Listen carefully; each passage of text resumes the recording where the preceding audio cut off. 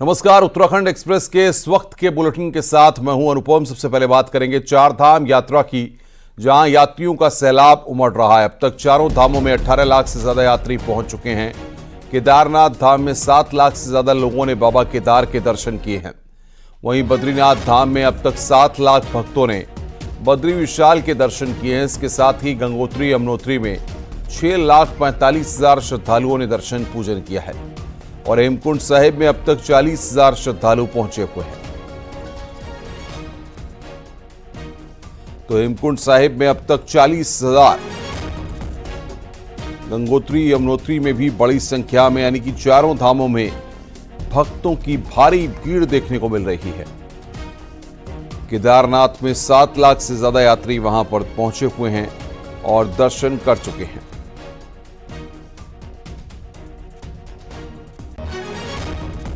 बद्रीनाथ में 4,37,000 यात्री दर्शन कर चुके हैं। लगातार श्रद्धालुओं का सैलाब यहां पर उमड़ा हुआ है चारों धामों में दर्शन के लिए। वो तस्वीर भी हम आपको दिखा रहे हैं किस तरीके से बड़ी संख्या में लोग पहुंच रहे हैं। हेमकुंड साहिब में अब तक 40,000, चारों धामों में यात्रियों की भारी भीड़ है। अब तक 18 लाख से ज्यादा यात्री यहां पर पहुंच चुके हैं।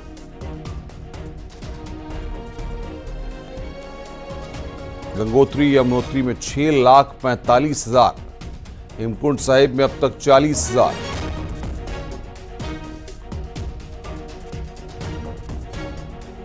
तो अब तक 18 लाख से ज्यादा श्रद्धालु यहां पर पहुंच चुके हैं। चारों धामों में भक्तों की भारी भीड़ है।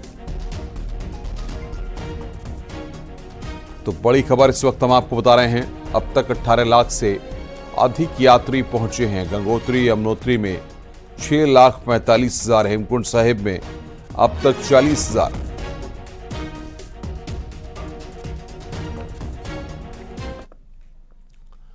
आगे बढ़ते हैं। नैनीताल में पार्किंग ही जाम का कारण बन रही है। पिछले कुछ सालों में शहर में पार्किंग का स्पेस तो बढ़ाया गया, लेकिन यही पार्किंग अब जाम का कारण बनने लगी है। मस्जिद चौराहा हो, चाहे मेट्रोपोल पार्किंग या फिर फ्लैट्स मैदान, पार्किंग सभी स्थानों पर गाड़ियां निकालने और लगाने के चक्कर में लंबा जाम लग रहा है। तो पार्किंग संचालक पर भी मनमानी के आरोप लग रहे हैं।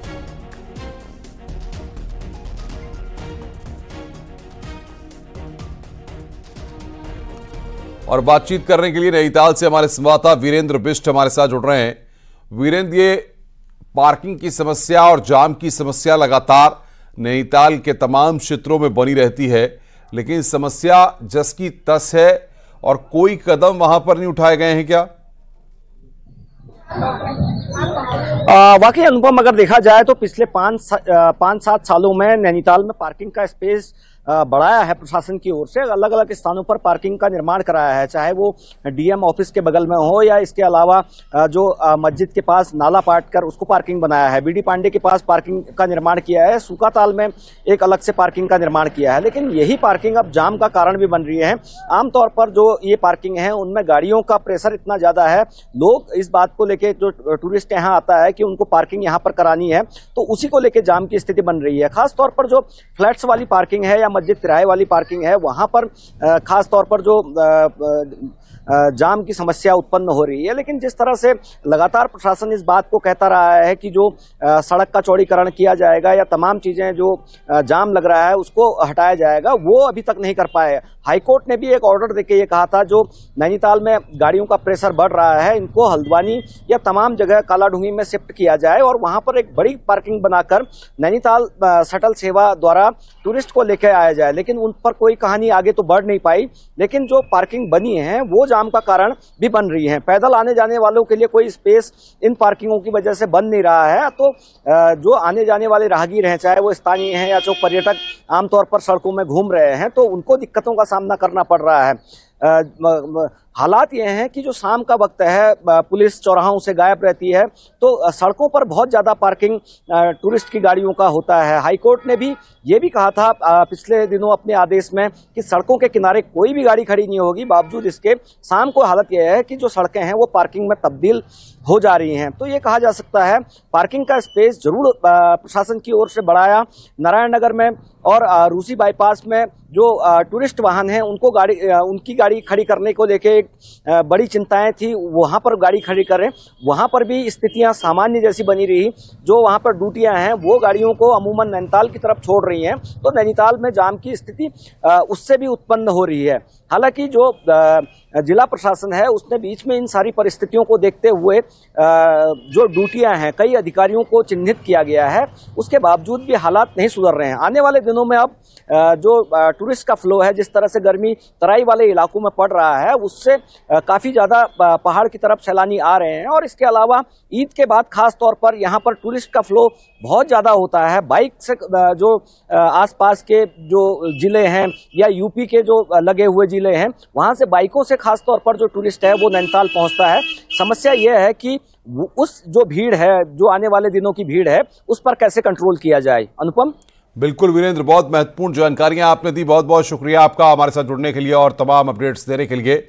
आगे बढ़ते हैं, देहरादून से खबर है, यहां पर डॉक्टर विपुल कंडवाल का लाइसेंस रद्द कर दिया गया। उत्तराखंड मेडिकल काउंसिल ने 4 महीने के लिए डॉक्टर कंडवाल का लाइसेंस रद्द किया है। विपुल कंडवाल देहरादून में आरोग्यधाम नाम से हॉस्पिटल चलाते हैं। पीड़ित महिला मृदुला की शिकायत पर यह बड़ी कार्रवाई की गई है।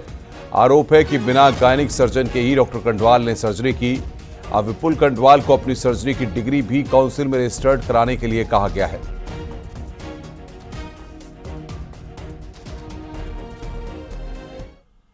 आगे बढ़ते हैं, रुद्रप्रयाग से खबर है, यहां पर एक फोन कॉल की ऑडियो क्लिप वायरल होने के बाद खासा हंगामा हो गया। मुस्लिम समुदाय के युवकों पर स्थानीय लड़कियों को देह व्यापार में धकेलने की साजिश का पर्दाफाश हुआ है और दोनों उसी समुदाय के युवक फोन पर इसकी बात करते हुए सुनाई दे रहे हैं। रुद्रप्रयाग में कपड़े का कारोबार करने वाला युवक इसका मास्टरमाइंड नजर आ रहा है। हालांकि ऑडियो इतना ज्यादा शर्मनाक है कि हम आपको सुना भी नहीं सकते, लेकिन इस ऑडियो के वायरल होने के बाद हिंदुवादी संगठनों और महिलाओं का गुस्सा फूट पड़ा है। आरोपी की दुकान को बंद करवा दिया गया है और पीड़ित की तरफ से कोतवाली में भी शिकायत दी गई है। पुलिस अब इस पूरे मामले की जांच पड़ताल कर रही है।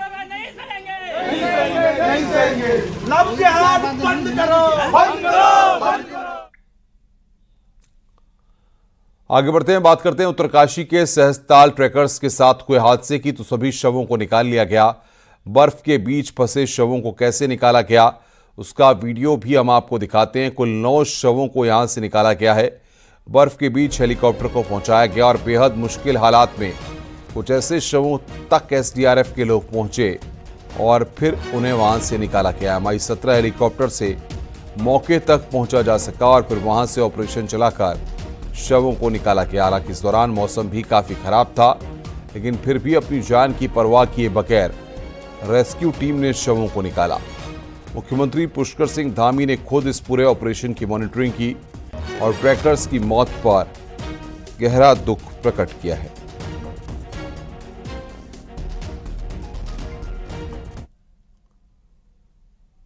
दिल्ली पहुंचे सीएम पुष्कर सिंह धामी ने पीएम नरेंद्र मोदी को बधाई दी और कहा कि पिछले 10 सालों में पीएम मोदी के नेतृत्व में बड़े फैसले लिए गए। गरीबों, महिलाओं, वंचितों के लिए काम किए गए। एक मजबूत सरकार ने दुनिया में देश का गौरव बढ़ाया। एनडीए की बैठक में पीएम मोदी को नेता चुना गया। मैं पीएम मोदी को बधाई देता हूं।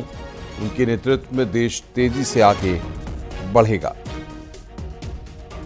10 वर्षों में माननीय प्रधानमंत्री मोदी जी के नेतृत्व में देश के अंदर अनेक बड़े बड़े डिसीजन हुए।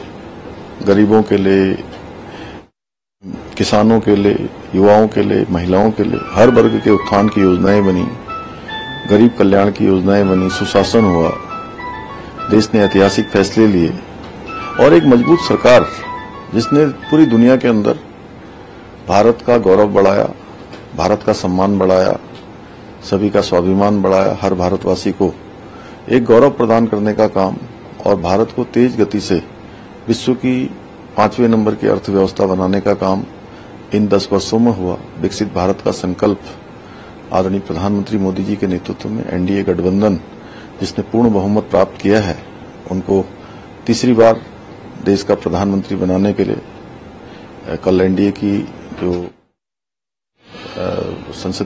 एनडीए के सभी दलों के नेताओं की बैठक हुई, उसमें उनको नेता के रूप में उनको चयन हुआ है। मैं उनको भी बधाई भी देना चाहता हूं। शुभकामनाएं कि उनके नेतृत्व में देश और तेज गति से आगे बढ़ेगा और विकसित भारत का संकल्प मजबूत होगा। जो विकास की योजनाएं हैं, गरीब कल्याण की योजनाएं हैं, हर वर्ग के उत्थान की योजनाएं हैं, वो तेज गति से आगे बढ़ेंगी। लोकसभा चुनाव में 5 सीटें जीतने के बाद बीजेपी के लिए बद्रीनाथ और मंगलौर विधानसभा में होने वाले उपचुनाव किसी लिटमस टेस्ट से कम नहीं है। ऐसा क्यों है, आइए इस रिपोर्ट के जरिए देखते हैं। बीजेपी के इस हफ्ते आए लोकसभा चुनाव के रिजल्ट में हरिद्वार से बीजेपी के त्रिवेंद्र सिंह रावत 1.5 लाख से ज्यादा वोटों से चुनाव जीत गए। हालांकि हरिद्वार जिले की कुछ सीट्स बीजेपी की सांसें सुखाती रहीं, जिनमें मंगलौर विधानसभा सीट भी शामिल है। इस सीट पर कांग्रेस ने बीजेपी को 23,000 वोटों से पीछे छोड़ दिया। अगले कुछ महीनों में इस सीट पर विधानसभा उपचुनाव होना है। लोकसभा चुनाव के ट्रेंड को देखते हुए भाजपा के नेता मंगलौर को किसी जंग से कम नहीं ले रहे हैं। अपने प्रभारी नियुक्त कर दिए हैं। मेरा भी वहाँ प्रत्यक्ष में जाना होगा। वहाँ की बूथ कमेटी को और किसी को सक्रिय कर सकते हैं, हम प्रयास करेंगे। और जैसे केंद्र द्वारा चुनाव घोषित होता है, हम अपने प्रत्याशी घोषणा करेंगे और अच्छे मतों से वो चुनाव जीते, इसके लिए हमारी रणनीति रहेगी। एक चैलेंज तो रहेगा ही कि आज तक आप उस सीट को न विधानसभा में जीत पाए न लोकसभा में, अब उसी पे जब कभी इतिहास बनाना होता तो जो कभी नहीं हो पाया वो अब होगा। मंगलौर के अलावा जिस दूसरी सीट पर विधानसभा का उपचुनाव होगा वो पौड़ी लोकसभा में आने वाली चमोली की बद्रीनाथ विधानसभा सीट है। चुनाव के बीच यहां के कांग्रेस विधायक राजेंद्र भंडारी ने बीजेपी का दामन थाम लिया था। लोकसभा चुनाव में बीजेपी को बद्रीनाथ पर ठीक ठाक बढ़त भी मिली है। बीजेपी यहां अपनी राह आसान मानकर चल रही है। वहीं कांग्रेस भी तमाम नुकसान के बावजूद अपने लिए राजनीतिक जमीन मुफीद मान रही है। इस विधानसभा में बीजेपी के कैंडिडेट से कांग्रेस के कैंडिडेट 20,000 वोट भी थे। इस बार वो मार्जिन घट करके 8,000 वोट से कम पे आए हैं। तो ये दर्शाता है कि लोगों का रुझान कांग्रेस पार्टी के प्रति बढ़ रहा है। और आने वाले समय में आप उपचुनाव होने हैं बहुत जल्दी, आप देखिएगा कि इस बद्रीनाथ विधानसभा को कांग्रेस पार्टी बहुत अच्छे मार्जिन से जीतने जा रही है। कांग्रेस के फ्रंट पर उपचुनाव को लेकर फिलहाल खास हलचल नहीं है। वहीं बीजेपी ने अपनी चुनावी आर्मी को एक्टिव रहने के संकेत दे दिए हैं। इस बीच मंगलौर और बद्रीनाथ विधानसभा सीट पर उपचुनाव को लेकर चुनाव आयोग की हरी झंडी का भी इंतजार किया जा रहा है। जोशीमठ से नितिन के साथ देहरादून से सुनील नवप्रभात की रिपोर्ट। अल्मोड़ा पिथौरागढ़ लोकसभा सीट पर बीजेपी के अजय टम्टा ने जीत के साथ कई रिकॉर्ड बना लिए हैं। अजय टम्टा इस सीट से लगातार 4 बार बीजेपी की ओर से चुनावी अखाड़े में उतरने के रिकॉर्ड की बराबरी कर चुके हैं। वहीं हैट्रिक लगाने वालों की लिस्ट में भी टम्टा का नाम शुमार हो गया है।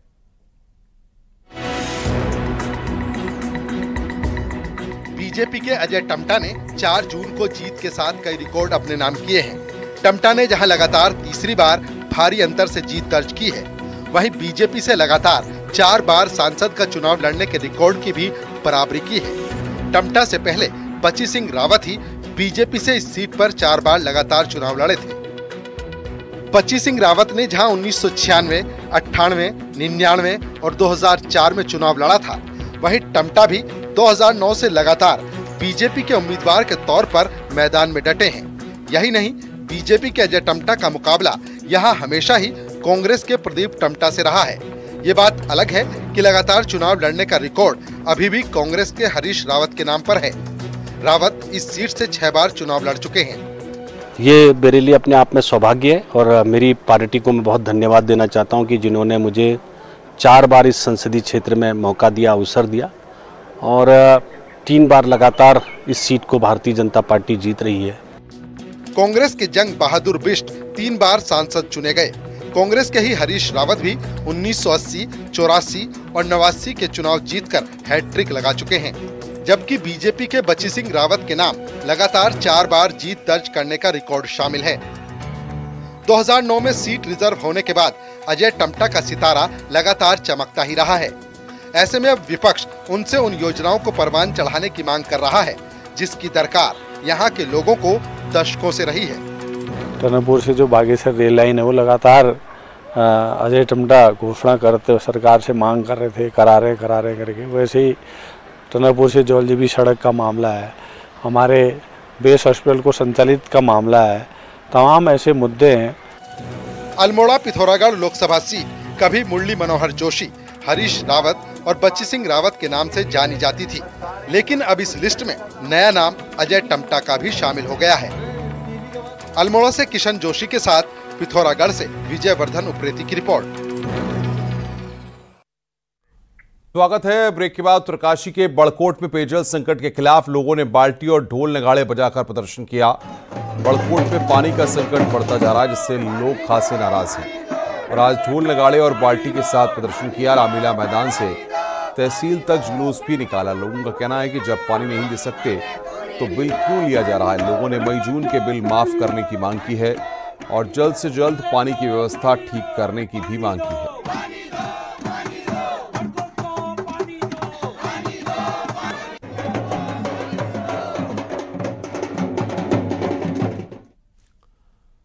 नैनीताल राजभवन में शुक्रवार से गवर्नर का गोल्फ प्रतियोगिता शुरू हो रही है। वहीं राज्यपाल गुरमीत सिंह ने कर्टेन रिजर्व किया। 19वें गोल्फ प्रतियोगिता में इस बार 121 खिलाड़ी भाग ले रहे हैं। 7 से 9 जून तक आयोजित होने वाली ये प्रतियोगिता 4 वर्ग और 18 होल्स में खेली जाएगी। खास बात यह है कि 7 साल के बच्चों से लेकर 70 प्लस उम्र के खिलाड़ी इस प्रतियोगिता का हिस्सा होंगे और इंटरनेशनल रूल्स का पालन होगा। वहीं राज्यपाल हरमीत सिंह ने गोल्फ को पर्यटन से जोड़ने के साथ खिलाड़ियों से अपील की है कि यहां आकर खेलें और शांति और मेडिटेशन करें।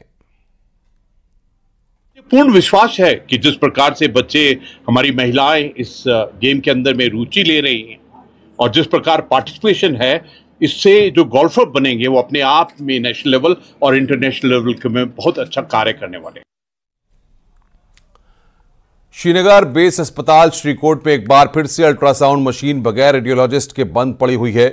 यहां रेडियोलॉजिस्ट पद पर तैनात टेक्नीशियन ज्योति ने अपना इस्तीफा अस्पताल प्रबंधन को सौंपा है, जिसके बाद अस्पताल के पास अब एक भी रेडियोलॉजिस्ट नहीं है जो मरीजों का अल्ट्रासाउंड कर सके। अस्पताल में अल्ट्रासाउंड रेडियोलॉजिस्ट के 3 पद हैं और अब सभी खाली चल रहे हैं। वहीं सीएमएस का दावा है कि जल्द रेडियोलॉजिस्ट की नियुक्ति कर ली जाएगी। और हालांकि उन पर बर्डन काफ़ी था, 3-3, 4-4 दिन बाद लोगों को टाइम लगता था, बल्कि कई बार नंबर 1 हफ्ते के बाद आता था। उसमें तो मजबूरी अस्पताल की भी, उनकी मजबूरी थी। लेकिन मेरा ये कहना है कि क्योंकि पूरी डिपेंडेंसी श्रीनगर पे है, इस मेडिकल कॉलेज पे पूरी डिपेंडेंसी है। मैंने अपने निजी कारणों की वजह से जो है त्याग पत्र दिया है। विभाग में जो रिक्त पद हैं उनको शीघ्र ही भर दिया जाएगा और शासन स्तर से प्रयास चल रहा है। नैनीताल में नगर पालिका ने अवैध रेहड़ी पटरी को हटाया, लेकिन बाद में दुकानदार मनमानी में अपना सामान वापस लेकर चले गए। असल में हाईकोर्ट के आदेश पर यहां अवैध रेहड़ी पटरी वालों को हटाया जाना था और भारी पुलिस फोर्स की मौजूदगी में पालिका प्रशासन ने पंथ पार्क के पास से फलों को हटाया और उनका सामान जब्त कर लिया है। हैरानी ये रही कि नगर पालिका की गाड़ियों पर चढ़कर इन दुकानदारों ने मनमानी से खुद ही अपना सामान वापस ले लिया और नगर पालिका भी इस दौरान बैकफुट पर नजर आई। एक महिला के उसमें आया था कि एक महिला जो है वो ज्यादा उपद्रवी होकर उन्होंने एक कार्रवाई करी और ट्रक पे चढ़ के सामान किया, उसका संज्ञान में लिया। इनके खिलाफ कार्रवाई की जाएगी, कानूनी कार्रवाई की जाएगी, इनके खिलाफ कार्रवाई की जाएगी। और आइए अब देखते हैं पहाड़ की 10 बड़ी खबरें। पहाड़ टॉप 10।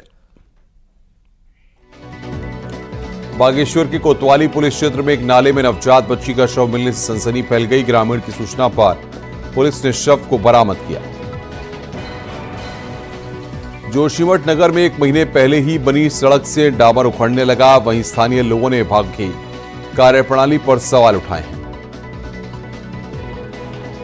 चकराता में एक पिता के द्वारा अपनी बेटी से दुष्कर्म का मामला सामने आया है। मामले में राजस्व पुलिस ने आरोपी पिता और पड़ोसी युवक को गिरफ्तार किया है।